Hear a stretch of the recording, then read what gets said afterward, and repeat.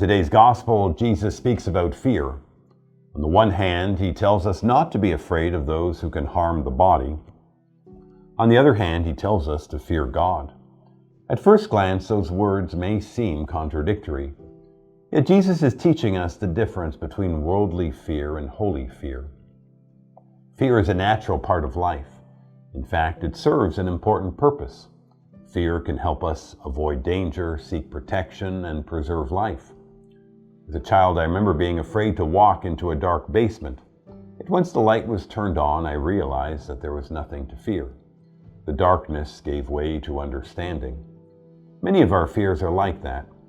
Sometimes what we fear is greater in our imagination than it is in reality. Other fears are real and must be faced with courage, perseverance, and trust. We also live in a world marked by anxiety and uncertainty. Many people live with a fear that life is somehow slipping through their fingers and that they are powerless to change it. Jesus points us toward a deeper question. What ultimately governs our lives? The fear of the Lord is not terror before a cruel master. Scripture tells us that the fear of the Lord is the beginning of wisdom. It is the recognition that God is the author of life, that we belong to Him, and that His will is worthy of our trust. It is a reverence born from acknowledging God's greatness and our dependence upon Him. Yet the fear of the Lord is only the beginning of wisdom. It is not the end of wisdom.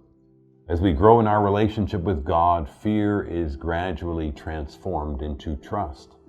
St. John tells us, perfect love drives out fear.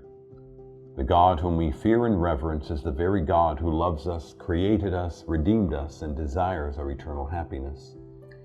This is precisely what we see in the prophet Jeremiah in today's first reading. Jeremiah's prophetic message is challenging and unpopular, and for this he is rejected, mocked, and threatened. Yet he perseveres and remains faithful to his mission because he knows that God is with him.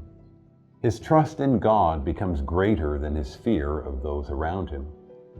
Jesus' message today is simple. For the one who fears God, there is no need to be afraid of anything else.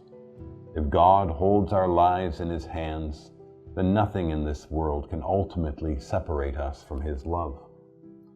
Let us ask the Lord for the gift of holy fear, that profound reverence which leads not to anxiety or terror, but to confidence, trust, and peace in the God whose love is stronger than every fear, even death itself.